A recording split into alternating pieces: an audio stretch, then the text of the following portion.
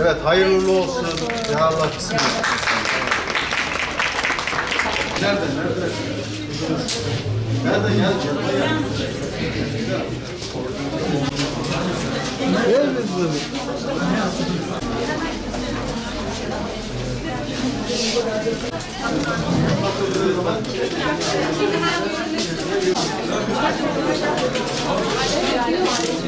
Bitlis'te belediye başkanlığı görevine başladığımda ziyarete gelen Bitlis'teki işte sivil toplum kuruluşları, bayanlar eliyle yürüyen sivil toplum kuruluşlarımızın temsilcilerinin en fazla dile getirdiği husus, burada birçok evde bayanlarımız, kardeşlerimiz el emeği, göz nuru bir şeyler yapıyor ama bunların değerlendirilmesine yönelik bizim bir mekan sıkıntımız var diye yoğun bir bu konuda serzeniş ve şikayet aldık.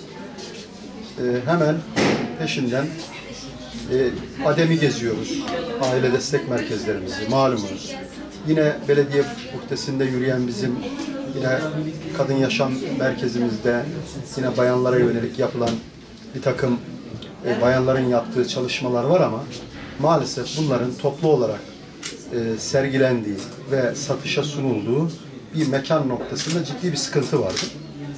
Bunu bu daha önce burası malumunuz sağlık ocağı olarak kullanılan bir yerken biz buranın tahsisini belediye olarak aldık ve alt katında bu el emeği, göz nuru, bayanların yapmış olduğu bu el ürünlerinin satış mekanı olarak kullanılmak üzere oranın düzenlemesini yaparak aynı zamanda ve en fazla da ihtiyaç olan yine Bitlis'imizde şehir merkezinde bayanların vakit geçireceği ve oturacağı hiçbir mekan yoktu. İşte gerek köylerden gelen vatandaş bayanlarımız, gerek işte merkeze gelip işte alışveriş yapıp şöyle bir yerde soluklanayım, oturacağım diyeceği mekan noktasında da ciddi sıkıntı vardı. İşte böyle gördüğünüz gibi 2 katlı, alt katı bizim aile yaşam, kadın yaşam merkezimizin el sanatlarının satış merkezi olarak kullanılacağı, yine üst katında yine bayanların oturup vakit geçirebileceği, işte bilgisayar odası ve kütüphane olarak kullanılabilecek odasıyla, çocuğuyla gelmişse çocuklarının vakit geçirebileceği yine çocuk oyun odası ve bunun yanında özellikle merkezde en fazla sıkıntı çektiğimiz bayanların gelip burada vakit geçireceği güzel bir mekana dönüştürdük. İşte bugün burada bunun açılışını yaparak en önemlisi de bu evde bir şekilde aile bütçesine katkı olsun diye yapmış oldukları el sanatlarının, ev ürünlerinin de satışının gerçekleşeceği bir mekana dönüştürdük burayı. İnşallah bu çalışmayla özellikle ciddi bir boşluğu Bitlis Belediyesi olarak giderdiğimizi düşünüyoruz. Hayırlı uğurlu olsun diyoruz ve bol kazançlar diliyoruz. Özellikle evlerde yapmış oldukları ürünlerin dışarıdan gelen misafirlerimizin de işte Bitlis'in bir yeri gezmek istediklerinde özellikle el ürünlerini, el sanatlarını görebileceği, toplu olarak görebileceği bir mekan haline gelmiş oldu burası.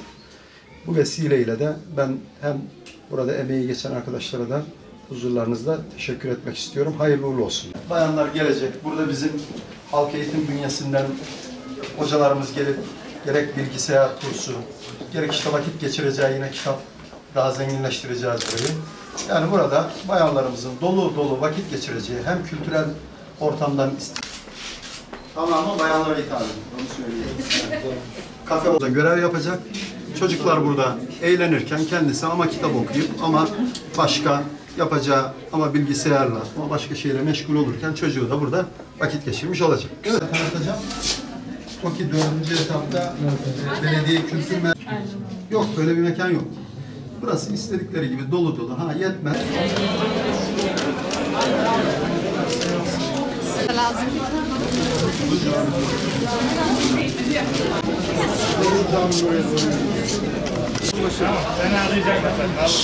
Cihan.